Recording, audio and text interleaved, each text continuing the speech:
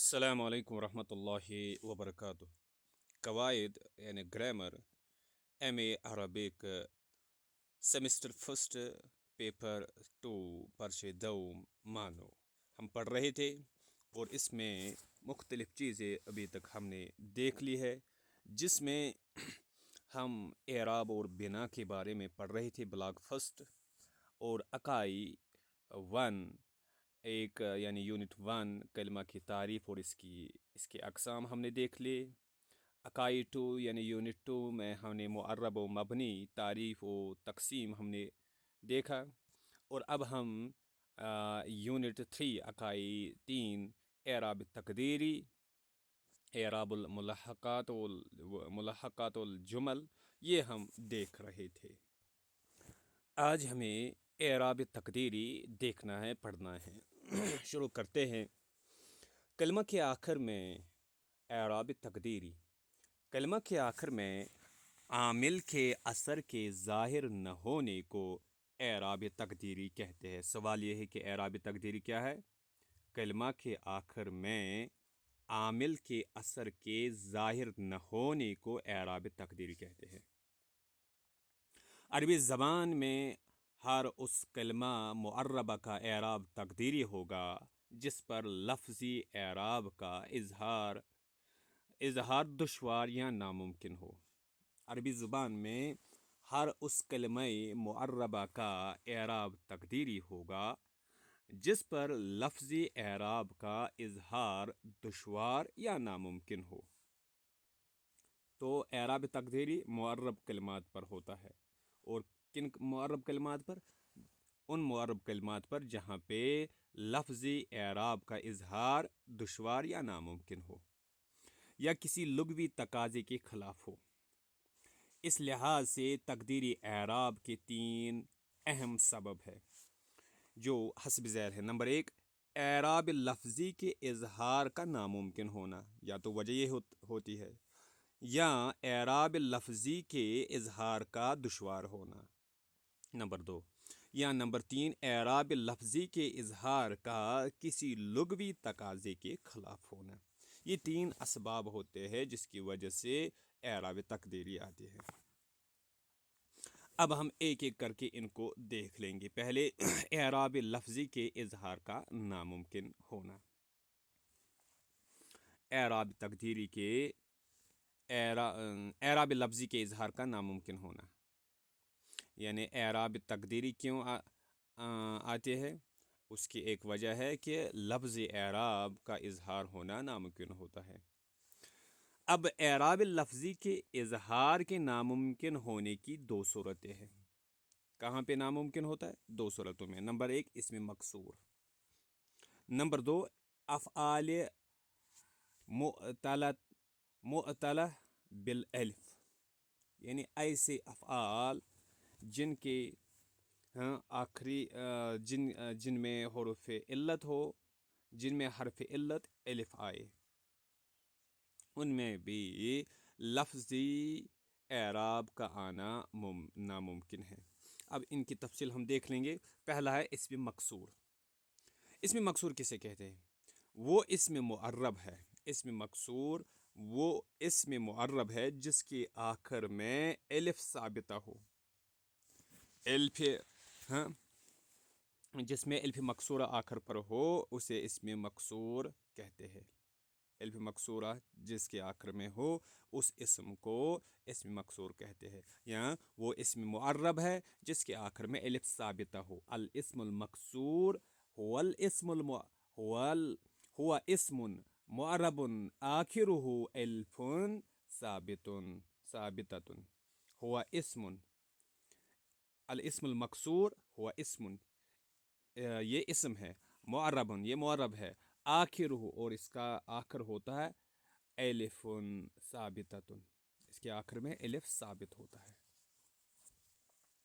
خواہ وہ الف ثابتہ الف ہی کی شکل میں لکھا جاتا ہو. پھر یہ جو اسم مکسور ہے ہوا اسم معرب آخرہ الف ثابتۃ، خواہ وہ الف ثابتہ الف ہی کی شکل میں لکھا جاتا ہو.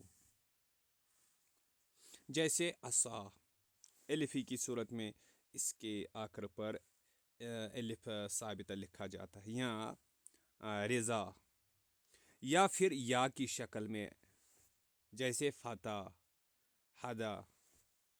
یہ الف اصلیہ نہیں ہوتا ہے، یہ جو الف ہے یہ الف اصلیہ نہیں ہوتا ہے، بلکہ واو یا سے بدلا ہوا ہوتا ہے۔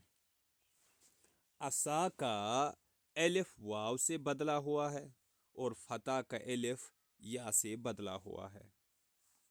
عصا میں جو الف ہے آخر پر وہ واو سے آیا ہوا ہے، اور فتح کا جو الف ہے آخر پر وہ یا سے بدلا ہوا ہے، کیونکہ دونوں کی تصنیع علی ترتیب عصوان فتیان آتی ہے، کیونکہ عصا کی تصنیع آتی ہے عصوان، اور فتح کی تصنیع آتی ہے فتیان، اور اسم مکسور کا حکم یہ ہے کہ اس کا اعراب ہمیشہ تقدیری ہوگا۔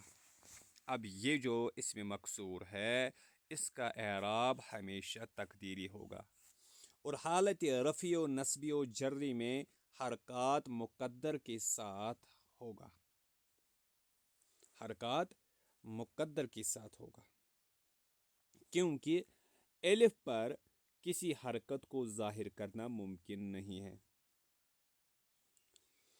اب ان کی حالت رفعی، نصبی و جری ہر حالت مقدر ہوتی ہے، کیونکہ ان کے آخر پر الف ہوتے ہے، اور الف پر کوئی بھی حرکت ظاہر کرنا ممکن نہیں ہے۔ مثلا یطلب الفتح الہدیہ للعلی،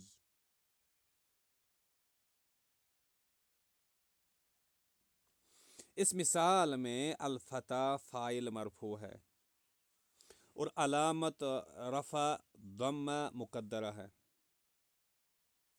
الہدی مفعول بھی منصوب ہے اور علامت نصب فتح مقدر ہے، اور اس کے بعد العلی للعلی لام جر کی وجہ سے مجرور ہے، اور علامت جر کسرہ مقدرہ ہے۔ تو ان الہدی ہد اللہ اتبع سبیل الہدا، ان الہدا ہد اللہ، ان الہدا ہد اللہ اتبع سبیل الہدا۔ ان دونوں مثالوں میں اسم مکسور ہدا کا 3 بار استعمال کیا گیا ہے۔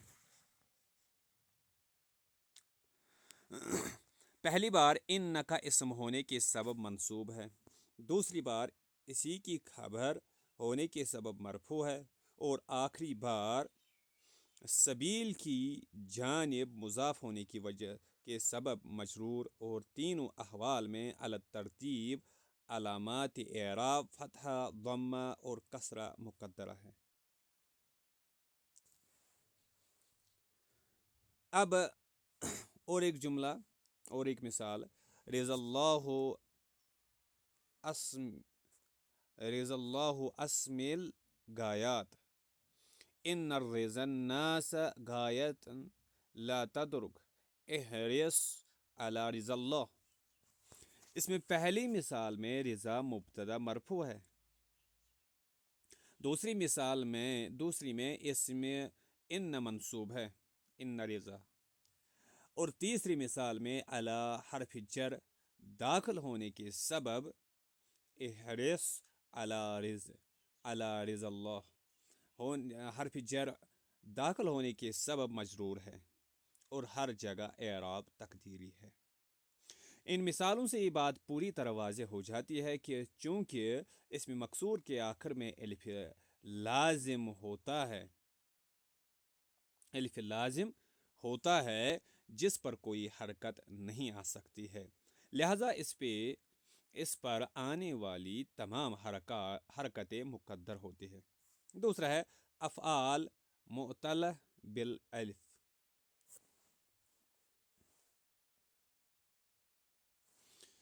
چونکہ الف پر حرکات اعرابیہ کا ظہور ممکن نہیں ہے، لہذا ایسے معرب افعال جو معطل الف ہے ان کے آخر میں بھی حرکات اعرابیہ کا ظہور نہیں ہوگا۔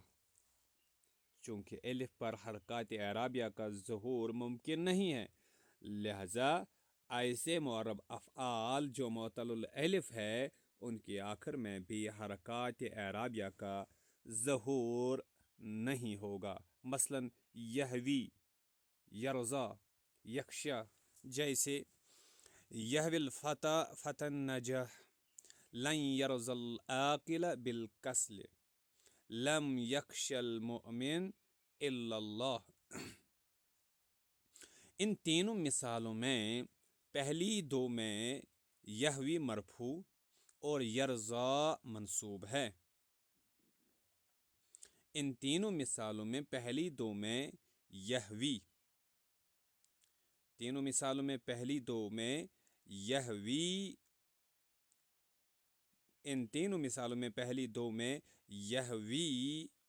مرفوع اور یرضا منصوب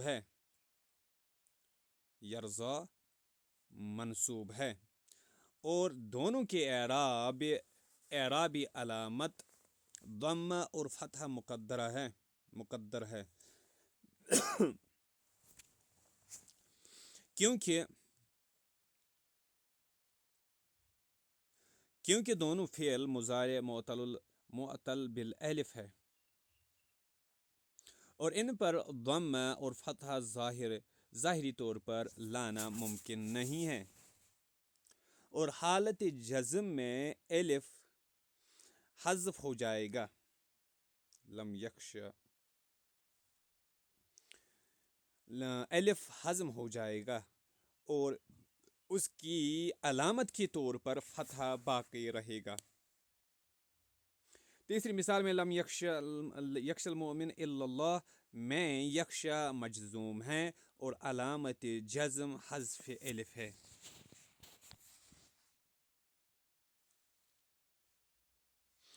ان دونوں صورتوں میں اعراب تقدیری ہوتا ہے اور نحویوں کی اصطلاح میں اس کا سبب تعذر ہوتا ہے جو حرکات کے ظہور کو روک دیتا ہے۔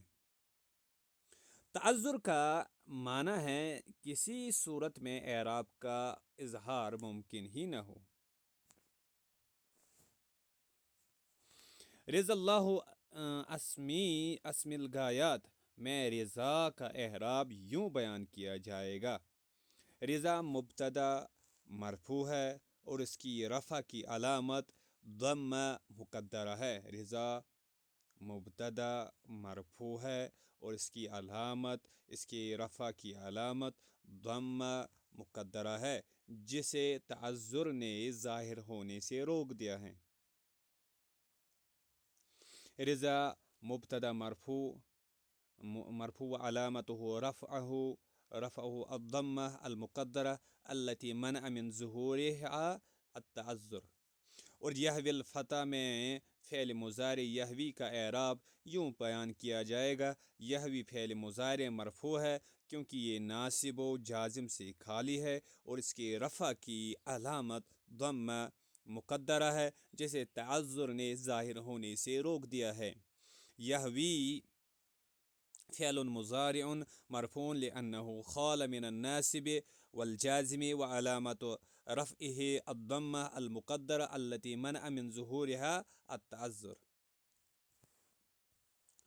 اس کے بعد دوسری صورت ہے اعراب تقدیری کی، وہ ہے اعراب لفظی کے اظہار کا دشوار ہونا۔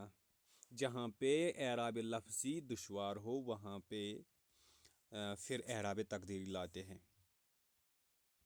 اعراب لفظی کے اظہار کے دشوار ہونے کے سبب بھی کلمہ معربہ کا اعراب تقدیری ہوتا ہے۔ اس کی 3 صورتیں ہیں جن میں اعراب کا اظہار دشوار اور ثقل کا موجب، اور یہ 3 صورتیں ہیں اسم منقوص، افعال معطلہ بالواو والیا، یا متکلم کی طرف مضاف اسم معرب۔ یہ 3 صورتیں ہیں جہاں پہ اعراب لفظی کا آنا دشوار ہوتا ہے، اس کے اظہار کا دشوار ہوتا ہے۔ وہ 3 صورتیں کون سی ہیں؟ وہ 3 صورتیں اسم منقوص، افعال معطلہ بالواو اور والیا، یا متکلم کی طرف مضاف اسم معرب۔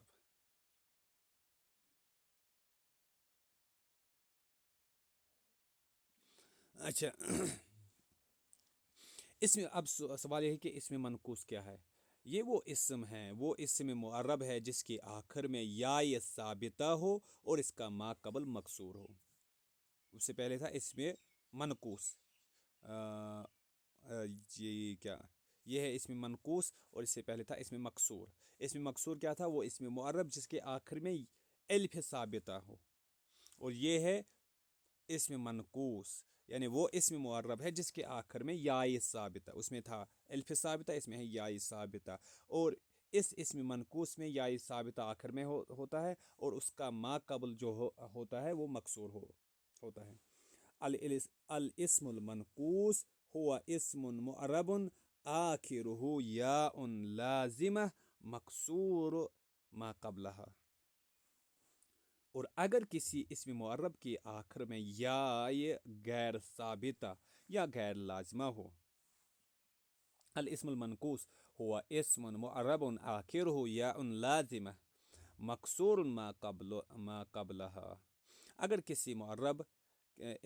کسی اسم معرب کے آخر میں یا غیر ثابتہ یا غیر لازمہ ہو، جیسے احسن الی ابیک، میں ابی کی یا، کیونکہ یہ یا لازمہ نہیں ہے بلکہ علامات اعراب ہے، اور اگر اسم منقوص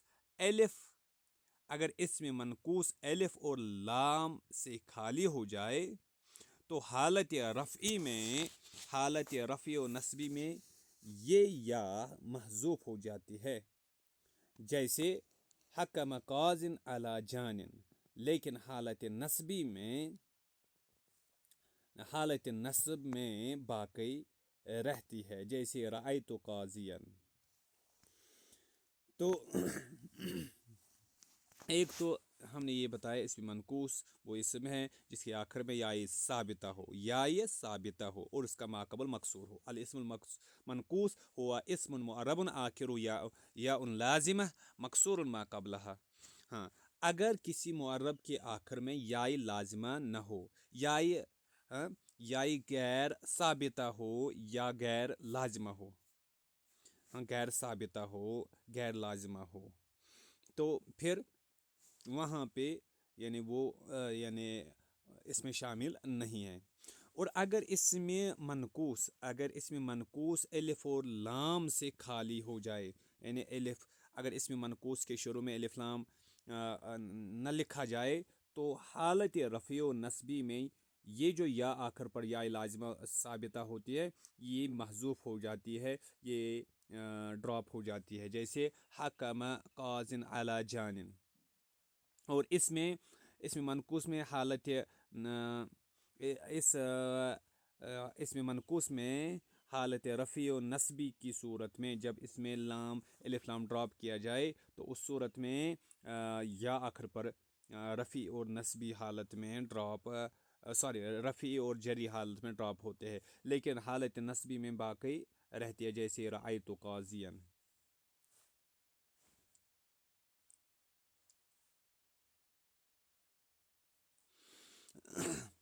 اسم منقوص کا حکم یہ ہے کہ حالت رفع اور جری میں اس کا اعراب تقدیری ہوگا۔ البتہ حالت نصبی میں اعراب ظاہری ہوگا، جیسے ابھی ہم نے بتا دیا۔ اچھا، ان مثالوں میں غور کیجیے، غور کریے آپ۔ حکم القاضی علی الجانی یذهب الداعی الی النادی رأیت القاضی ان الخلق خلق العالیہ سلاح للانسان۔ مذکورہ مثالوں میں القاضی اور الداعی فاعل ہونے کے سبب مرفوع ہے، لیکن ان کا اعراب ظاہری نہیں بلکہ تقدیری ہے۔ یا پر ضمہ کا اظہار متعذر ہے اور ناممکن نہیں ہے، یا پر ضمہ کا اظہار متعذر اور ناممکن نہیں ہے لیکن دشوار ضرور ہے۔ ہم حکم القاضی لکھ سکتے ہیں، یعنی وہ یا پر ضمہ لکھنا ممکن ہے، ناممکن نہیں ہے، لیکن پڑھنا مشکل ہے، دشوار ہے، لیکن تو اس کی وجہ سے یہاں پہ ہم یا کو ڈراپ کرتے حالت رفع اور جری کی صورت میں، جب ہم الف لام کو ڈراپ کرتے پہلے، لیکن دشوار ضرور ہے، اور دشواری کے سبب ہی علامات اعراب ضمہ کو مقدر رکھا گیا ہے،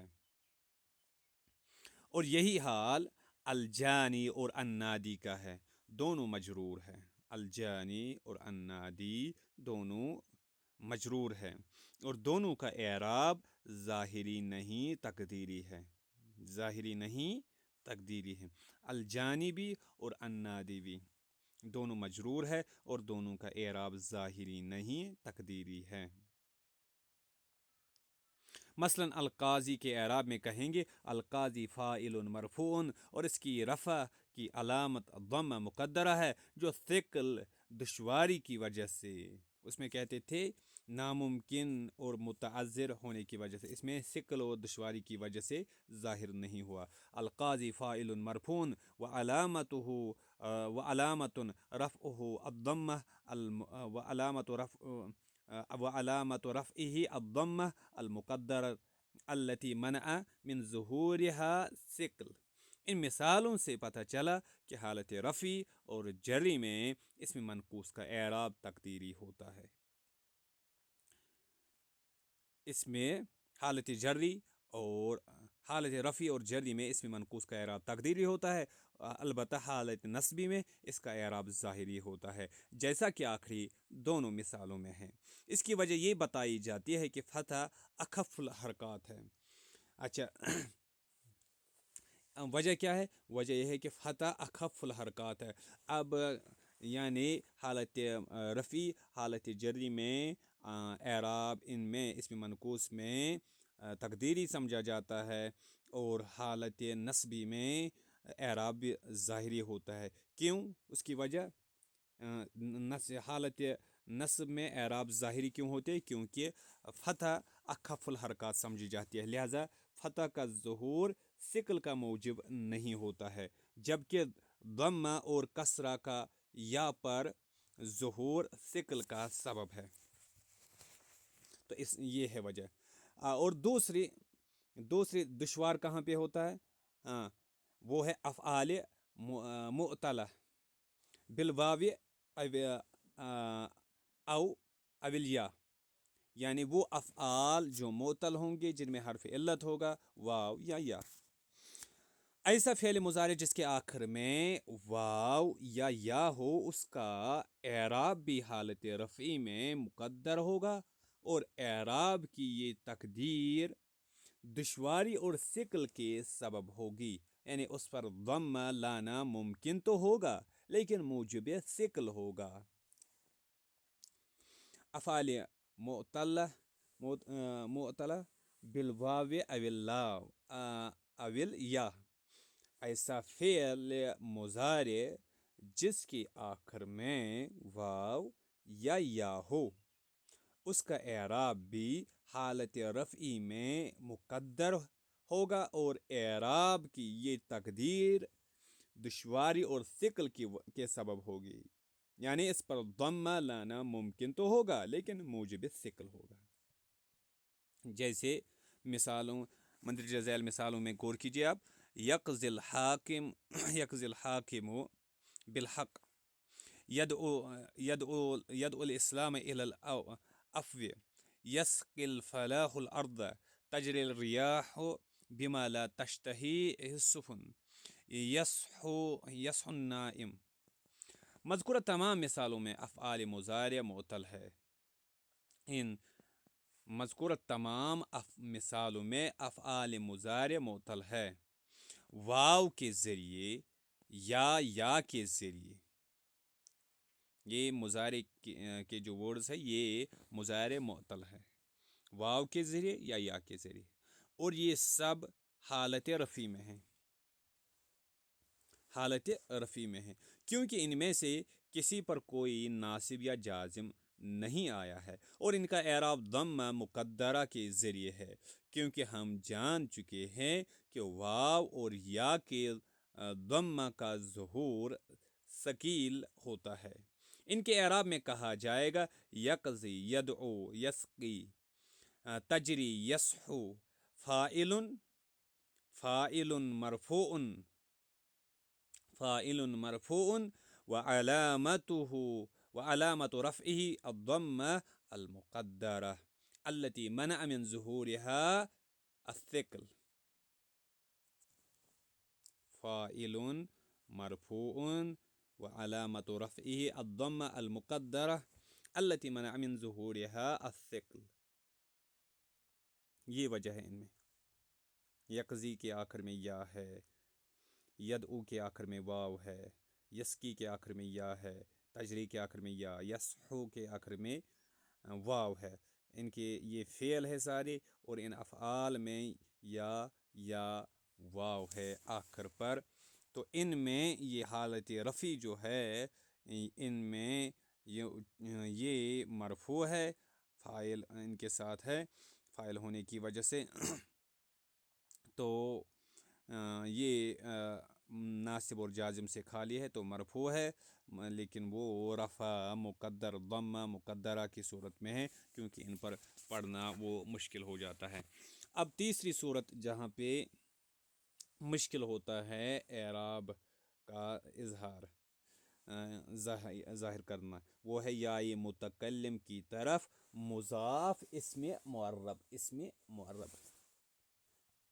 یا متکلم کی طرف مضاف اسم معرب کا اعراب بھی اسی قبیل کا ہے۔ یا متکلم کی طرف مضاف، یا متکلم کی طرف مضاف اسم معرب کا اعراب بھی اسی قبیل کا ہے، کیونکہ جو اسم یا متکلم کی طرف مضاف ہوگا اس پر ضمہ یا فتحہ کو لانا دشوار ہوگا، لیکن شرط یہ ہے کہ یا متکلم کی طرف مضاف یہ اسم مکسور یا منقوص نہ ہو۔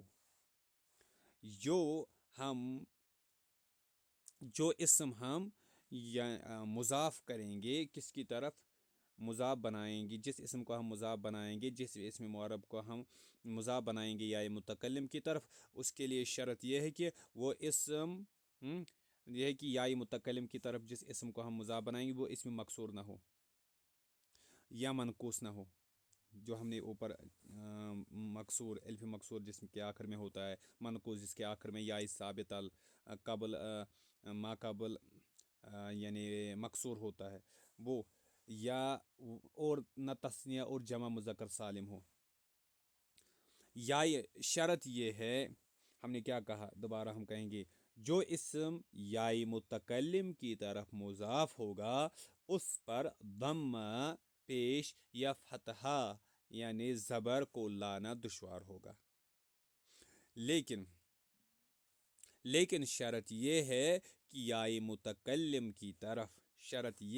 یا متکلم کی طرف مضاف یہ اسم مکسور یا منقوص نہ ہو، اور نہ تثنیہ اور جمع مذکر سالم، نہ اسم مکسور ہو، نہ اسم منقوص ہو، نہ تثنیہ ہو، نہ جمع مذکر سالم ہو۔ جیسے ربی اللہ، اطعت ربی، لزمت طاعت ربی، ھذا کتابی، قرأت کتابی، انتفعت بکتابی۔ ان مثالوں میں سے پہلی اور دوسری مثال میں کلمہ رب اسم معرب ہے۔ رب پہلی اور دوسری مثال میں کلمہ رب اسم معرب ہے اور یا یہ متکلم کی طرف مضاف ہے۔ رب مضاف ہے کس کی طرف؟ یا یہ متکلم، فرسٹ پرسن سنگولر پروناؤن کی طرف۔ ان میں سے پہلی مثال میں کلمہ رب مرفوع ہے، کیونکہ رب پہلی مثال میں مبتدا ہے، مگر علامت رفع ضم مقدرہ ہے، کیونکہ مضاف الی یا متکلم پر ضم لانا دشوار ہے۔ کیونکہ رب تو مبتدا ہے، مبتدا مرفوع ہوتا ہے، لیکن وہ مقدر ہے کیونکہ آگے مضاف الی یا متکلم ہے، جس کو یعنی جس پر رفع دینا ضمہ دینا دشوار ہے، اور یا اپنی ما قبل کسرہ کی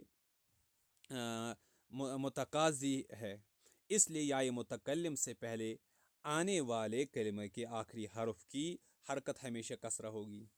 یا سے یہ جو یائی متکلم ہے، اس سے پہلے یہ مطالبہ کرتا ہے، یہ تقاضا کرتا ہے کہ اس سے پہلے دائیں طرف والے حرف کو کسرہ ہو، زیر ہو، تو اس لیے یا سے پہلے یائی متکلم سے پہلے ہمیشہ یعنی دائیں طرف یائی متکلم کے دائیں طرف ہمیشہ جو حرف ہوتا ہے اس پر زیر آتی ہے۔ اس لیے یا متکلم سے پہلے آنے والے کلمہ کے آخری حرف کی حرکت ہمیشہ کسرہ ہوگی۔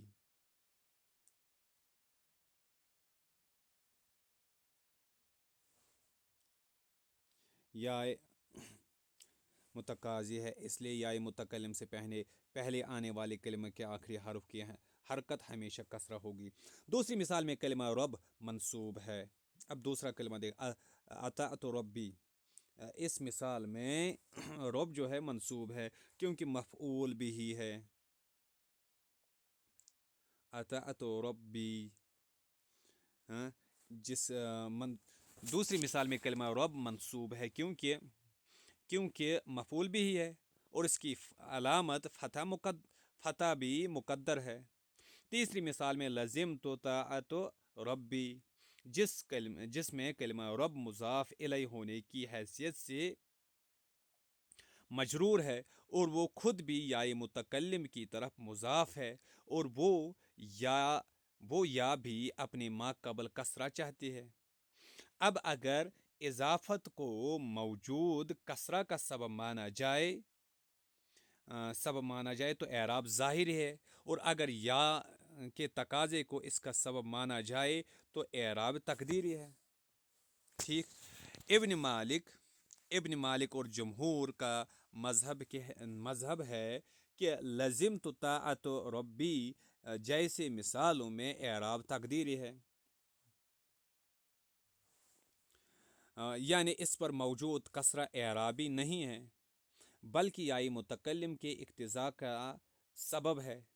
لیکن محققین نحویوں کی رائے یہ ہے کہ ان تکلفات کی چندہ حاجت نہیں ہے، اس کے اعراب کو اعراب ظاہری مانا جائے، اور یہی رائے بہتر ہے۔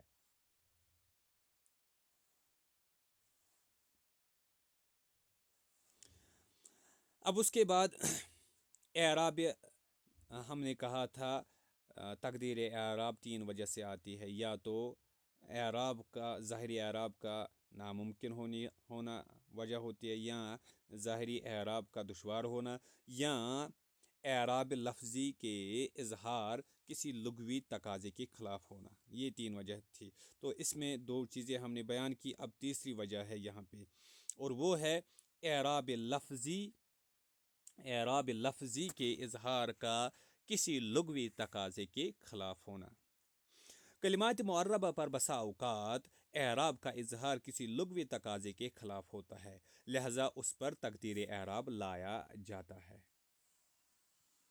اس کی دو صورتیں، اب یہ جو کلمات معربہ پر کلمات معربہ پر بسا اوقات اعراب کے ظاہری کے اظہار کسی لغوی تقاضے کے خلاف ہوتا ہے، اور جس کی وجہ سے اسے تقدیری اعراب دیا جاتا ہے۔ اس کی دو وجہ ہوتی ہے، یا تو دو صورتیں ہوتی ہے، ایک تو اعراب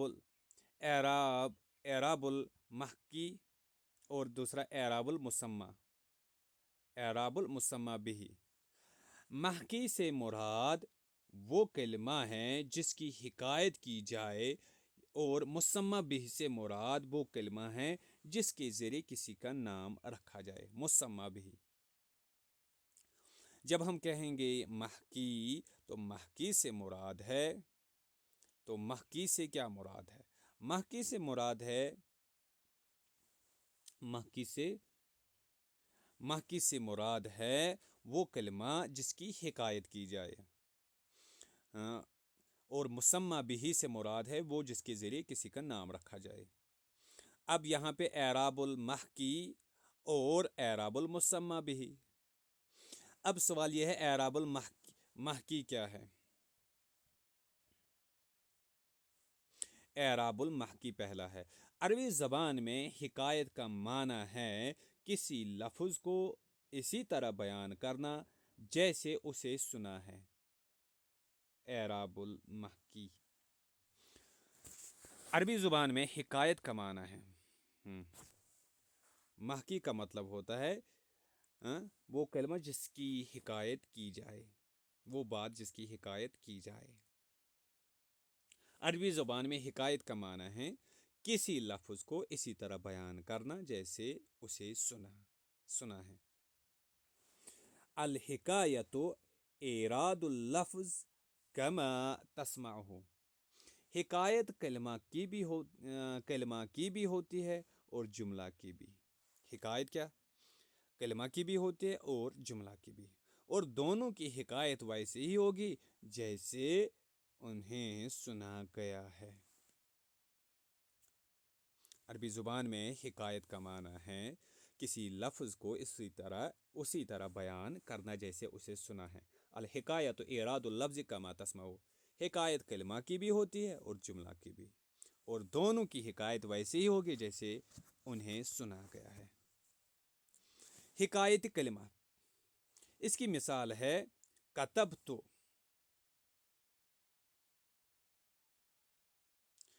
میں نے یعلم، میں نے یعلم لکھا ہے، یعنی میں نے یہ کلمہ لکھا ہے۔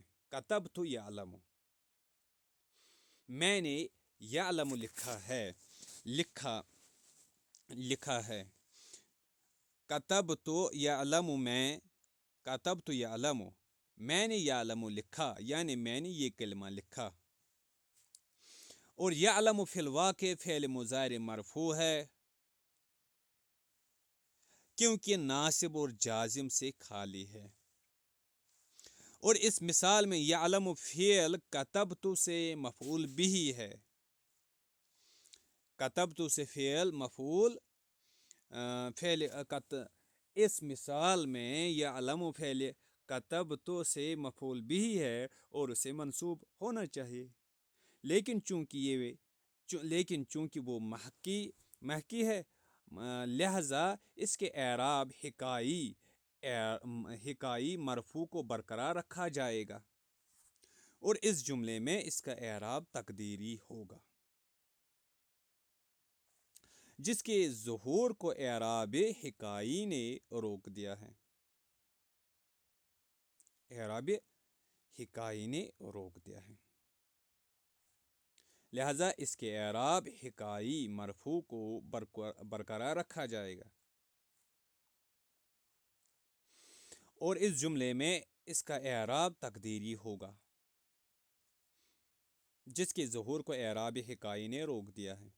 یعلم مفعول به منصوب، یعلم مفعول به منصوب بالفتحہ المقدرہ منع من ظہورها حرکۃ حکائیہ۔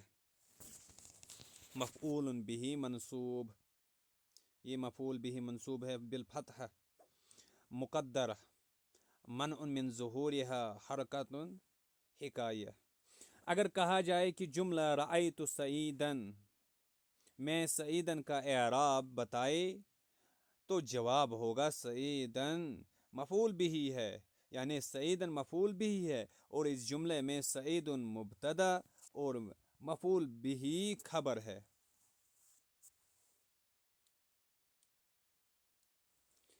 اگر بتایا جائے سعید کا اعراب بتائے تو جواب ہوگا سعید مفعول بھی ہے، یعنی سعید مفعول بھی ہے، اور اس جملے میں سعید مبتدا اور مفعول بھی خبر ہے۔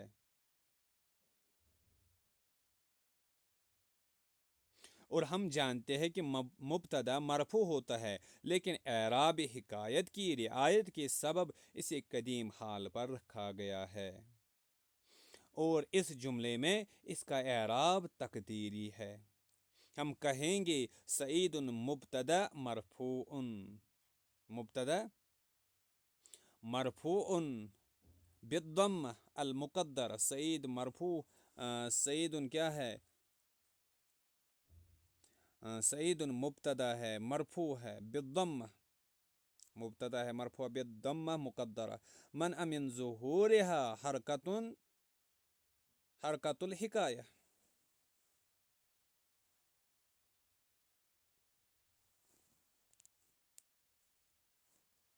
مبتدا ہے، مرفوع ہے بالضم مقدرہ،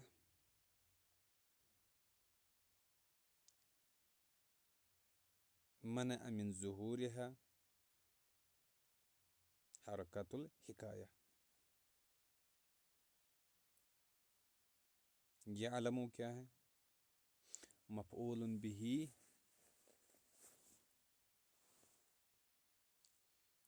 اچھا، مفعول بھی منصوب، مفعول بھی، یعلم ہے مفعول۔ بسا اوقات من استفہامیہ کے بعد اعلام پراپر ناؤنز اشخاص کی بھی حکایت ہوتی ہے۔ بسا اوقات من استفہامیہ کے بعد اعلام یعنی اشخاص کی بھی حکایت ہوتی ہے، جیسے آپ کہیں رأیت خالدن، تو آپ سے پوچھا جائے من خالدن، من خالدن، پہلے جملے میں خالد مفعول بھی منصوب ہے، لیکن دوسرے جملے میں خالد خبر ہے، لیکن دوسرے جملے میں خالد خبر ہے، من مبتدا خالدن خبر ہے، لیکن دوسرے جملے میں خالد خبر ہے اور مرفوع ہے، لیکن سائل نے حکایت کے اعراب کو برقرار رکھا ہے، رأیت خالدن، من خالدن۔ ہاں، اس جملے کے دونوں اجزاء کے اعراب میں کہا جائے گا من مبتدا مبنی، من مبتدا مبنی علی السکون مرفوع محلا، خالدن خبر مرفوع وعلامت رفعه الضم المقدرہ، منع من ظہورها حرکت حکایہ، حرکت حکایہ۔ حکایت جملے، یہ تھا حکایت لفظ میں، کلمہ میں، اب ہے حکایت جملہ، حکایت جملہ۔ کلمہ ہی کی طرح جملہ کی بھی حکایت کی جاتی ہے، جیسے قال المؤذن، قال المؤذن، مؤذن نے کہا حی علی الصلاۃ، اسی طریقے سے قرأت لا الہ الا اللہ، یا سمعت الحق یعلو ولا یعلی علی، قلت قل هو اللہ احد۔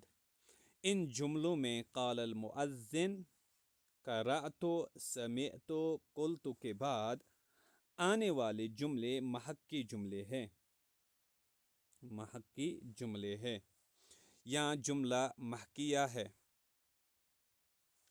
اور یہ سب مفعول بھی منصوب ہے، یعنی ان سب کا محل نصب ہے، اور ان کا اعراب محلی ہے، ان کا اعراب محلی ہے۔ اب پہلا ہے اعراب، اب ہے اعراب المسمى به.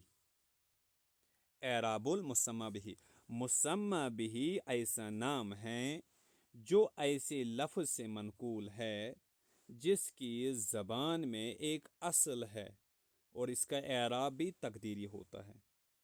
اعراب المسمى به یعنی مسمى به ایسا نام ہے جو ایسے لفظ سے منقول ہے جس کی زبان میں ایک اصل ہے اور اس کا اعراب بھی تقدیری ہوتا ہے. اگر آپ کسی شخص کا نام کلمہ مبنی کے ساتھ رکھ دے تو تینوں اعرابی حالت میں اس میں کوئی تبدیلی نہیں ہوگی. مثلا اگر کسی آدمی کا نام رب، منز یا کیف رکھ دیا جائے تو ان کلمات کے آخر کی اعرابی حرکتیں مقدر رہیں گی اور بنائی حرکتیں برقرار رہیں گی. مثلا ضرب رب، منذ بمساعدت کیف، یعنی رب نے منذ کو کیفہ کی مدد سے مارا. ضرب رب منذ، ضرب رب منذ بمساعدت کیفہ، یعنی ربا نے منذ کو کیفہ کی مدد سے مارا.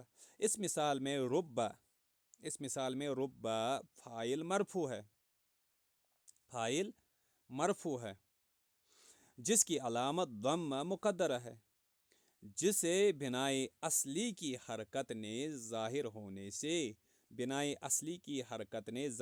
سے روک دیا ہے. رب فاعل مرفوع و علامت رفعہ الضمہ المقدرہ منع من ظہورها حرکت البناء الاصلیہ، کیونکہ اصلی یہ ورڈ ربا ہی ہے، نام ربا ہی رکھا گیا ہے، تو اس لیے بنائی اصلی کی وجہ سے اس کی جو حرکت آنی تھی ضم وہ روک دی گئی اس کی وجہ سے. اسی طریقے سے منذ مفعول به منصوب جس کی علامت فتح مقدرہ ہے، جسے بنائے اصلی کی حرکت نے ظاہر ہونے سے روک دیا. اور کیف مضاف الی مجرور جس کی علامت کسرہ مقدرہ ہے، جسے بنائی اصلی کی حرکت نے ظاہر ہونے سے روک دیا.